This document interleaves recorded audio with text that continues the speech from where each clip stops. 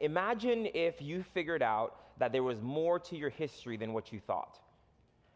Like, it wasn't just some things that your great grandma did, that abuelita used to have.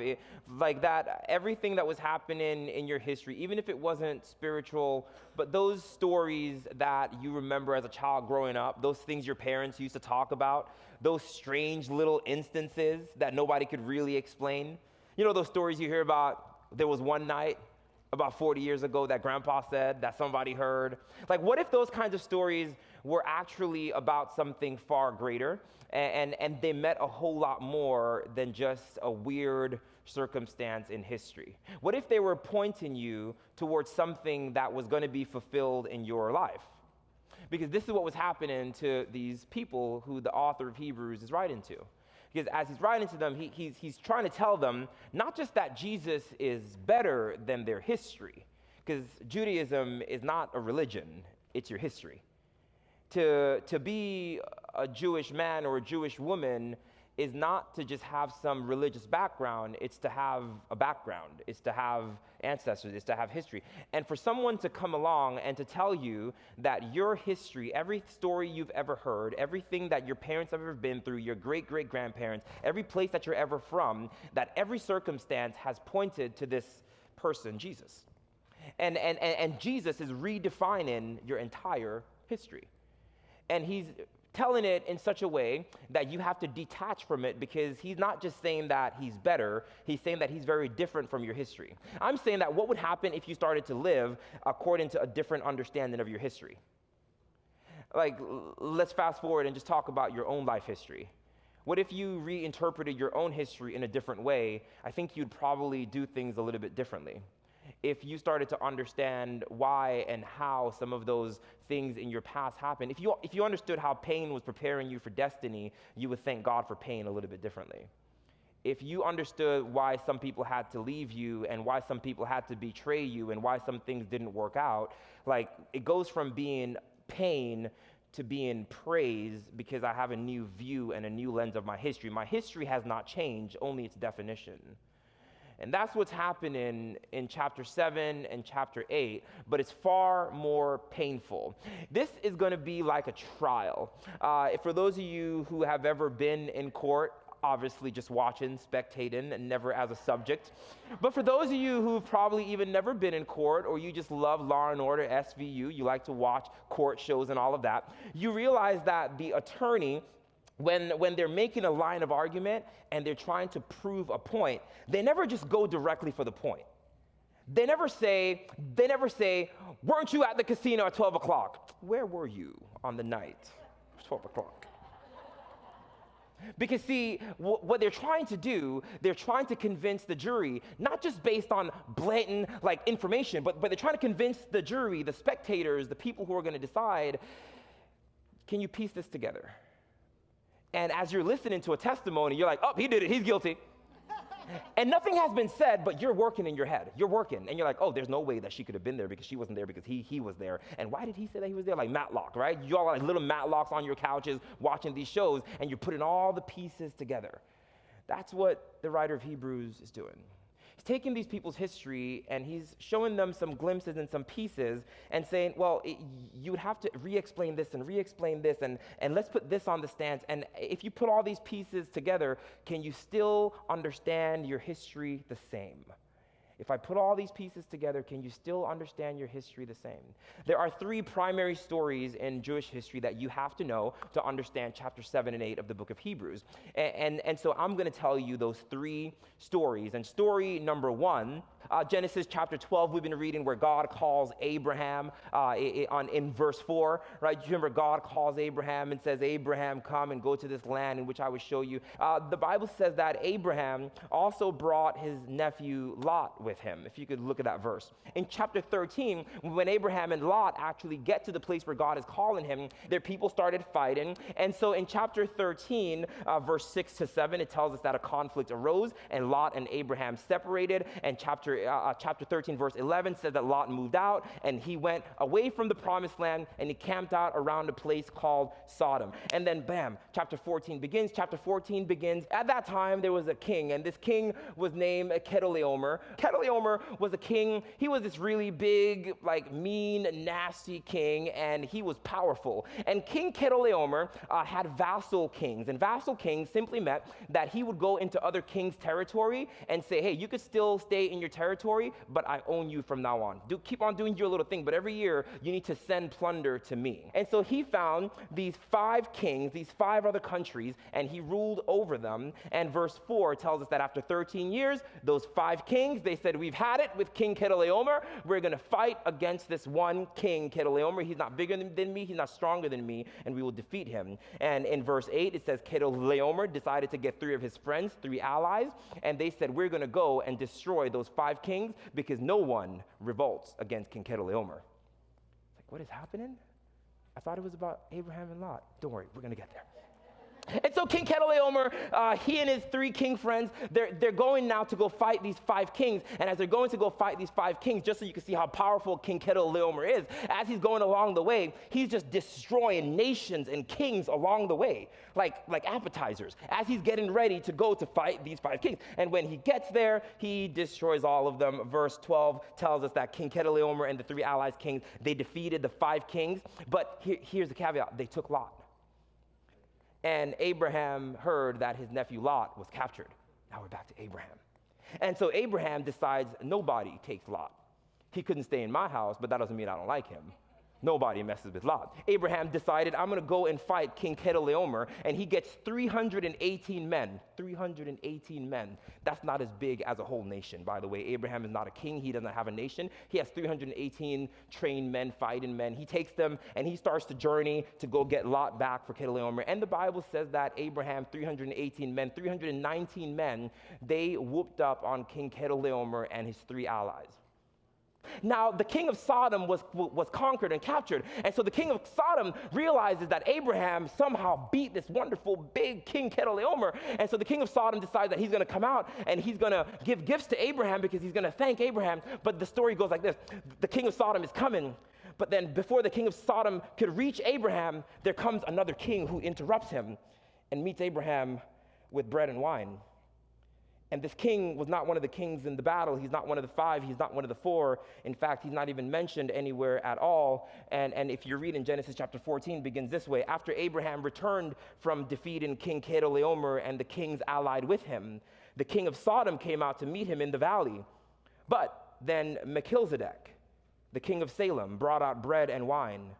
He was the priest of the Most High God, and he blessed Abraham, saying, Blessed be Abram by God Most High, creator of heaven and earth, and praise be to God Most High, who delivered your enemies into your hands. Then Abraham dropped the last digit and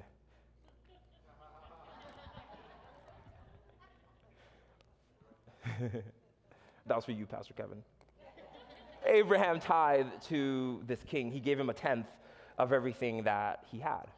And the second story is actually about 500 years after Abram lived. And so after Abraham had Isaac, and Isaac had Jacob, and Jacob had 12 sons. You guys know the story. They were in Egypt. They get out of Egypt. They're in the wilderness, and they're going through the wilderness. And then they get into the promised land. When they get into the promised land, they take down Jericho. Everybody marched around Jericho. The walls came down. And then they established the kingship, and there was kings and judges. You guys remember all those stories, right? So now they're in the promised land, and there's a king named David. And on his throne, David is king, but he's writing poems about another king.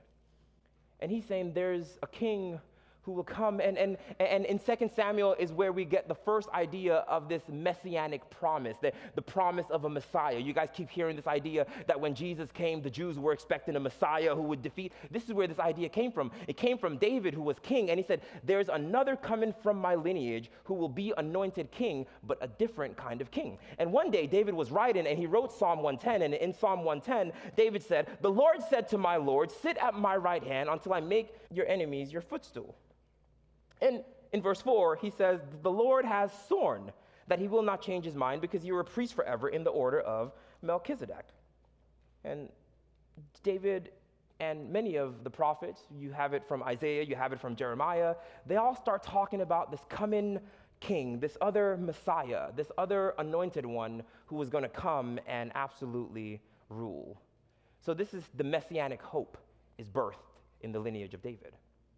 That's story number 2. Story number 3 that you need to know to understand chapter 7 and 8 of Hebrews comes out of the Gospels. It comes out of Matthew chapter 22. Now Jesus comes, and when Jesus comes, he's amongst some of the religious leaders, some Jewish leaders, and they have the story of Genesis and Abraham and Melchizedek. They have the story of David and how David and Nathan started talking about another king who is coming. They had all of Psalm 110. They had the writings of Jeremiah and of Isaiah and everyone who was just talking about this other king who's going to come and who's actually going to fulfill this promise.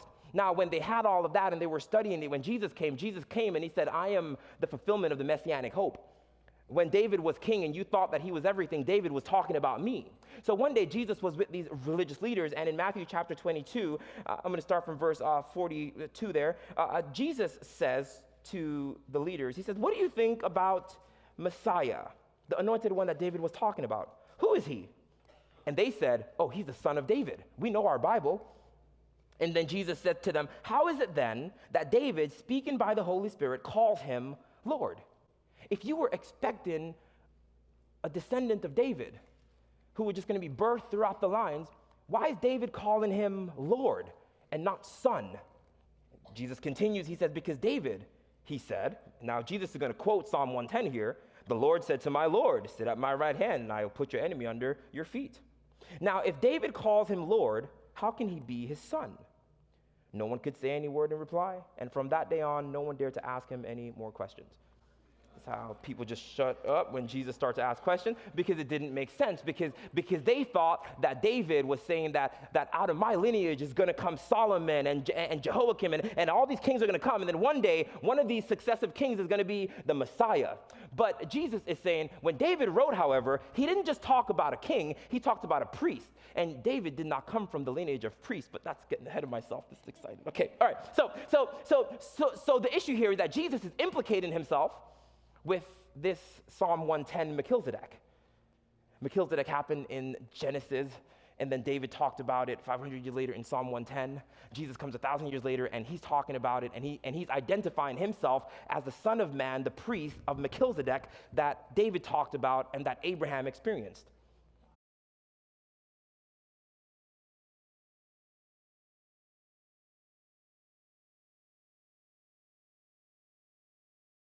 Now that you know what the audience knew, now you can read Hebrews chapter 7 and chapter 8 through these lenses. Now, Hebrews chapter 7 begins this way. This Melchizedek was king of Salem and priest of the Most High God, and he met Abraham returning from the defeat of the kings who blessed him.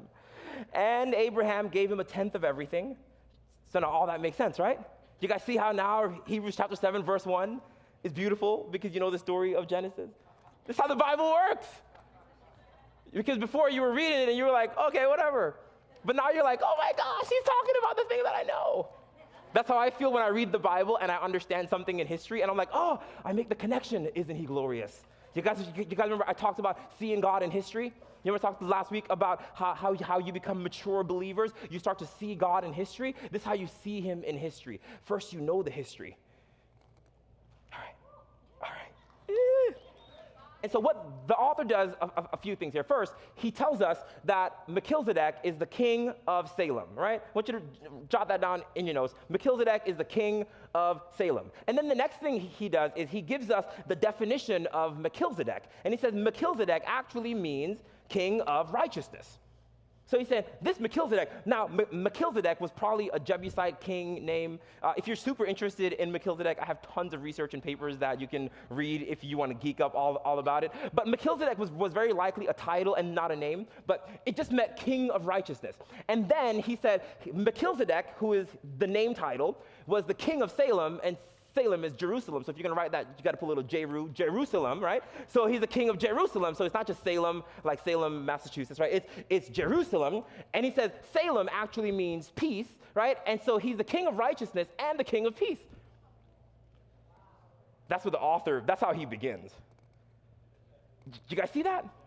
I hope you go home and read chapter 7 and you're like, oh, it's all coming alive, right? And so he says the ancient city of Jerusalem, that's where this Melchizedek was from, which is also the ancient city of David, which is also the place where Jews and Christians and Muslims all recognize as this wonderful, guys should be way more excited because this is God in history, right? Okay, so then that's the first thing he does. And then the second thing that he does is he looks at the ancestral genealogy background of this Melchizedek. He said he didn't have a father, he didn't have a mother, he was without genealogy because everything is on trial and this is like evidentiary trial, right? So the first thing that he's saying is that Melchizedek was not Levite, that he was not a Levite priest. That's the first thing he is making light of. All right, chapter 7, verse 4 to 10. Here is what he does in verse 4 to 10. If you're still taking notes, I want you to write Abraham, right? Abraham had a son named Isaac, and Isaac had a son named Jacob, and then Jacob was renamed to Israel, and Jacob had 12 sons, and those 12 sons were the 12 sons or the tribes of Israel, right? So these are the 12 tribes of Israel. I did my best to try to make it something that you could look at and make sense. And inside of that, one of their sons was Levi, and Levi is the one who was chosen through whom all of the priests had to come. Every priest had to come through Levi. Now, Moses was Levite, his brother Aaron was Levite, and that's why the Aaronic priesthood are the Levite priesthood. The fact is this: Abraham tithed to Melchizedek. And then on the other side, Melchizedek blessed Abraham. He's saying that when Abraham tithed to Melchizedek, that everything in Abraham was tied into Melchizedek. That Abraham tithed to Melchizedek, but that through Abraham, all the tribes tithed to Melchizedek. He's saying because all the tribes were inside of Abraham, because Abraham had Isaac, Isaac had Jacob, and Jacob had these 12 sons. So even though it was hundreds of years before that when Abraham was tied into Melchizedek, that Isaac was in him, Jacob was in him, and these 12 sons were in him. So in a real sense, the Jews were tied into Melchizedek. That's where you should be like, okay. Because the Jews were inside of Abram. Abram is tied into Melchizedek. So Melchizedek, is he Jewish? No, he can't be because there are no Jews yet. So the Jews were tied into another priest. He goes a little further and he says, Levi was in there too. You mean the Levite priesthood that you're thinking about going back to, that he was tied into a greater priest? Things that make you say, okay. So the Levite priesthood that you're thinking about going back to was actually bowing down to Melchizedek because Melchizedek is the high priest, and Levi was actually inside of Abraham because Abraham had these sons, and in a real way, Levi was tithing to Melchizedek. So the fact was that even Levi tithed to Melchizedek, even though Levi is the one who the priesthood comes from. Look at verse 9. Verse 9 in chapter 7. One might even say that Levi, who collects the tenth, paid a tenth through Abraham because when Melchizedek met Abraham, Levi was still in the body of his ancestor. That's what I just explained to you. Don't forget what he's after. What's on trial is how you're going to live your life. Are you going to live your life based on your family history, where you've come from, and the law? Or are you going to live your life according to the definition that Jesus has given your life? New life. He's giving you new life. You've been born again. Are you going to live according to that? Or are you going to live according to the old life and the old system and the law? Are you going to go back to that? Or are you going to stay in this? That's what's on trial throughout this whole book. That's what Hebrews is about. Here's another fact. In Psalm 110, David expects a superior priesthood. And so you see this in verse 11 to 13. This is the argument that he begins to make. The argument sounds something like this. Now, David was actually living in the promised land, and when David was living, he was the king, Nathan was the prophet, and there was a priesthood. Now, if David had a priesthood that was set up, and he was looking forward to another priesthood, there must have been something better. Like, for instance, if you're in your house and you're watching your TV, and while you're watching TV, you see another TV that you want to buy, the TV that you're watching should feel inadequate, because you're seeing another TV that you want on the TV. They're saying that David was actually living inside the land, and while he was living in the land and he was being forgiven by the priest, that David sat on a stool writing a poem talking about another great priest is going to come. Then what's wrong with this one? That's his point. Verse 11, if perfection could have been attained through the Levitical priesthood, indeed, the law given to the people established that priesthood, right? So watch this pause. I want you to highlight that little bit right there. And indeed, the law given to the people established that priesthood. That's that little jab, because like when you're making that testimony and you ask the question like, where were you yesterday at 12 o'clock? And you're like, oh, I was at like the ale house. And you're like, the ale house, they closed at 11. Right? And then you walk away. That's what he's doing right here. He's saying that the law gave that priesthood that David is talking about something is greater. What he's saying is that there's probably something wrong with your law, because the law is what gave them the priesthood. You guys remember when Moses went up the mountain, he got these 10 commandments, and it was about the tabernacle and about how to behave and live. And he says, if you're going to worship God, it has to be in the tabernacle. Levi and his sons are going to be the ones who are the priesthood, and this is how the tabernacle is going to work. If the law gave you that system, and David is saying there's something greater than that system, the very law that gave the system needs to be in question. Verse 12, for when the priesthood changed, the law must be changed also. That's what he's going after. He's saying the law that you're living by, maybe there's something wrong with it. So if there's a superior priesthood, then the Levitical priesthood must be inadequate. That's the point that he is making in verse 11 to verse 13 when you read that again. Then in verse 14 all the way down to verse 18, what he's going to do here, he's going to start talking about the regulations that the law gave, right? Are you guys good? You guys are good? All right, so now he's going to start talking about the regulations that the law gave, right? So he's saying that in this whole thing, right, Abraham, Isaac, Jacob, Israel, 12 tribes, and in that tribe there's Levi. He says right down here, there's Judah. You see that little tribe, Judah? This little tribe of Judah, that's where Jesus came from. Jesus, the lion of the tribe of Judah, he comes from the tribe of Judah. Now he's saying that if Jesus...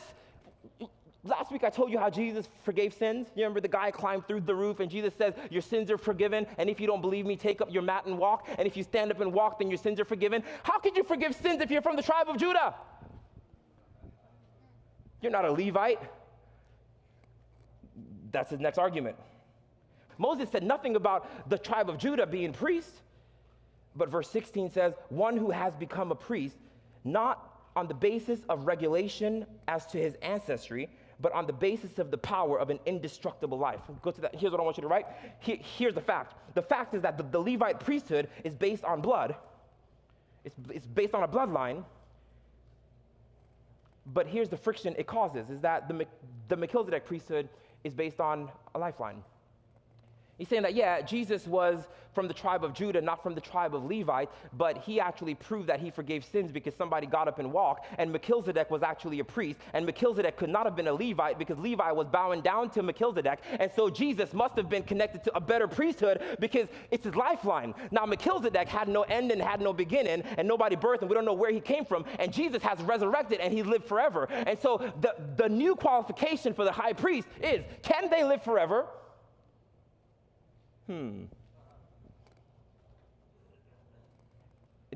The law that you're about to follow gave you the regulations for this priesthood, and the regulations for this priesthood seem to be flawed.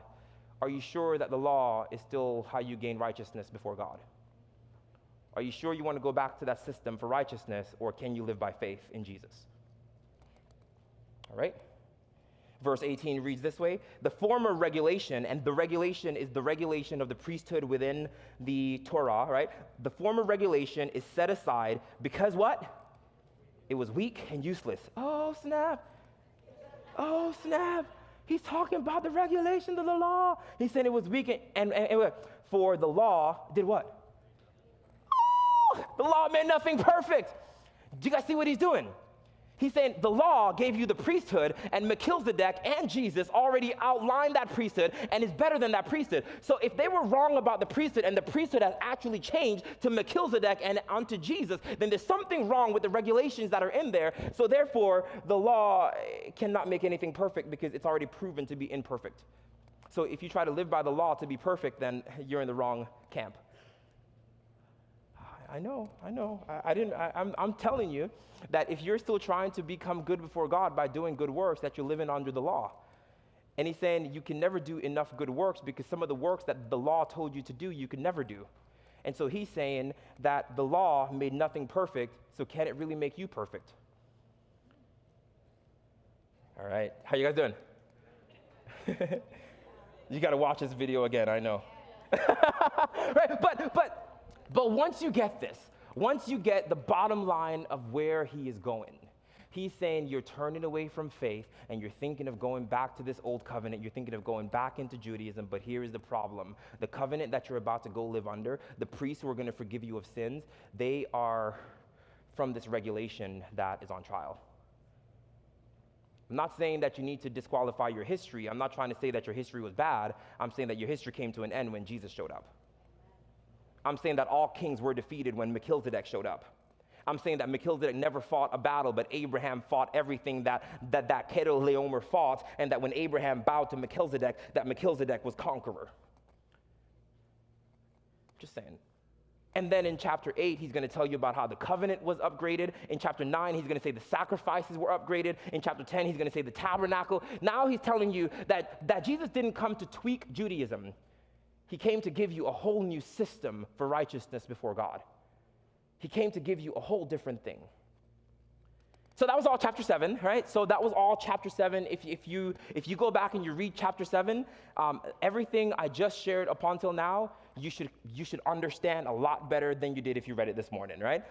Because everything in chapter 7 is right there. The argument he's making about the priest, and I really suggest you go back and read that.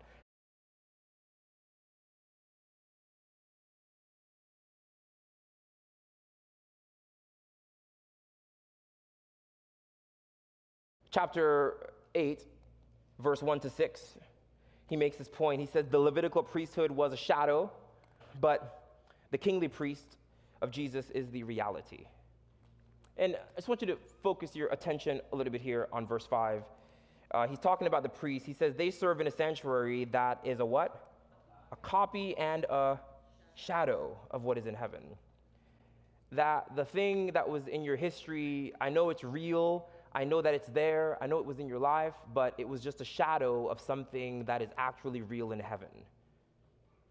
That's what chapter 8 is going to do for you here. He says, verse 6, he says, but in fact, the ministry of Jesus is as so superior to theirs as the covenant in which he's a mediator is superior to the old one, since the new covenant is established under better promises. He's going in again. The covenant that Jesus gives you, he says, I give you this new covenant of my blood. Guys, remember that? On the night that Jesus was betrayed, he took the bread and he broke it and he says, take this and eat. And he says, every time you do this in remembrance of me. In the same likened way, he took the cup and he says, every time you drink of this cup, do this in remembrance of me. Today I make a new covenant with you, a covenant of my blood. And he says, when Jesus did that he was giving you a superior covenant to the covenant that Moses got when he went up on the mountain and got the law that tells you how to behave and the tabernacle that tells you how you should forgive. He says that Jesus is greater than the angels, Jesus is greater than Moses, he's greater than the tabernacle, greater than the high priest, and what he institutes is a greater covenant, and that this greater covenant does greater things because it's based on a greater promise. And in fact, Jesus is so great that everything that he does is the real thing, and everything that your history is just a shadow of that thing. That was Hebrews chapter 1 to chapter 8. Okay. All right. We'll end the chapter here. For if there had been nothing wrong with the first covenant, no place would have been sought for another. But God found fault with the people. Paul puts it this way: the law was our schoolmaster to bring us onto Christ. It wasn't supposed to be instituted forever. The law was supposed to show you that you can never become righteous before God by doing things on your own, in your own strength and in your own righteousness, that your behavior could never win his approval because you will always fall short. One sin is deserving of death. If you do 99 good things and you do one bad thing under the law, you are disqualified. He says, no one then can be made righteous under the law. And so Jeremiah and Isaiah and even David talked about there's a new covenant that is coming because none of us can live up to this old covenant. And this new covenant has a different kind of high priest, a different kind of tabernacle. In fact, our whole history was just a shadow, a pointer, an arrow to tell us that the real thing is coming. But first you need to know that you cannot do it on your own, because when he comes, you need to understand who you are and who he is. And so now what is happening here, he's going to quote out of Jeremiah when Jeremiah is talking about the expectation of a new covenant. Jeremiah writes this. He says, the days are coming. This is in the Old Testament, right before the destruction of the old temple, right? So this is probably about 500 or 600 years before Jesus, okay? The days are coming, declares the Lord. I will make a new covenant with the people of Israel and with the people of Judah. I will put my laws where? In their minds, and I will write them on their hearts. I will be their God, and they will be my people. No longer will they teach their neighbor or say to one another, you should know the Lord, because they will know me, from the least of them to the greatest. Now, in this new covenant, he's saying that God is actually knowable, that he's not hiding behind some curtain to where some priest who's going to die, who's also as much of a failure as my sins are, has to go behind there. He says God is going to become knowable under this new covenant. And here's how he's going to give the new covenant. For I will forgive wickedness, and I will remember their sins no more. And verse 13, by calling this covenant new, he has made the first one obsolete, and what is obsolete and outdated will soon disappear.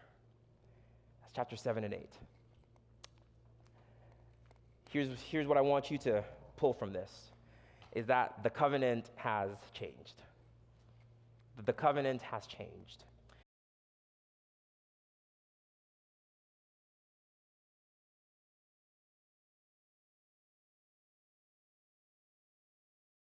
I threw this last little slide in there. It's not really pretty because I just typed it up really quickly.